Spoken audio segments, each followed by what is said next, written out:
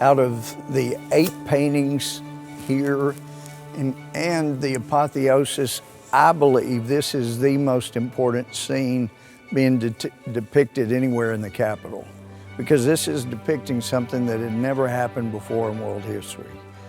George Washington, make no mistake, as commander of the military during Revolution, he was incredibly powerful. It's not unusual throughout history when someone leads the military in revolution, they end up becoming emperor, czar, king, pharaoh, whatever they want to be called, they could be. Like Napoleon, for example.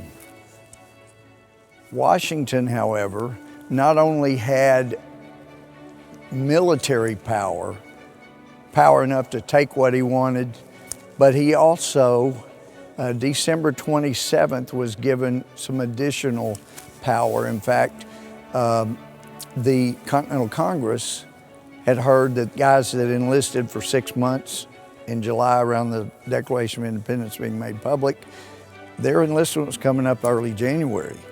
And so word was, these guys are tired, they're not going to re-enlist. Continental Congress knew if they don't re-enlist, then we're all going to be dead.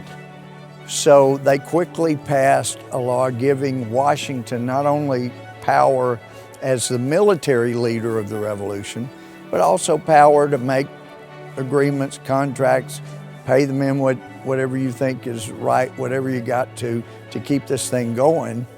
And they sent a cover letter with the power they sent, in essence saying, look, we know you, we know when you're done you'll give all this power back, except nobody in history had ever had that kind of power and then was successful in a revolution and then came in and gave all the power back. This is incredible. And in fact, Dana Rohrabacher, a few of us had been to the Philippines, meet with some of our troop in far southern Philippines, and very remote.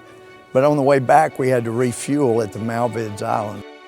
And we're having lunch with some of their leaders, and one of the Maldives leaders next to me was saying at lunch, he said, we're a relatively new democracy, and we're always hearing about potential coups occurring. And then he paused and he said, we never had a George Washington to set the proper example, so we're always worried about coups.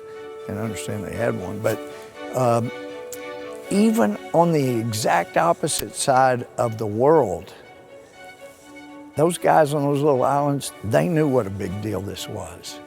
Too many kids nowadays have not been educated to what an important event this was.